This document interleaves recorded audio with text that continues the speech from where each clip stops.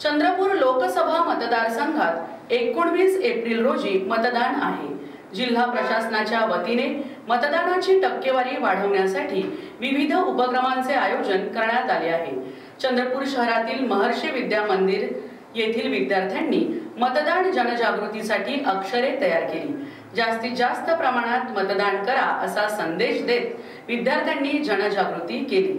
दरम्यान या संदर्भात जिल्हाधिकारी विनय गौडा यांनी लाईव्ह चंद्रपूरला दिलेली प्रतिक्रिया।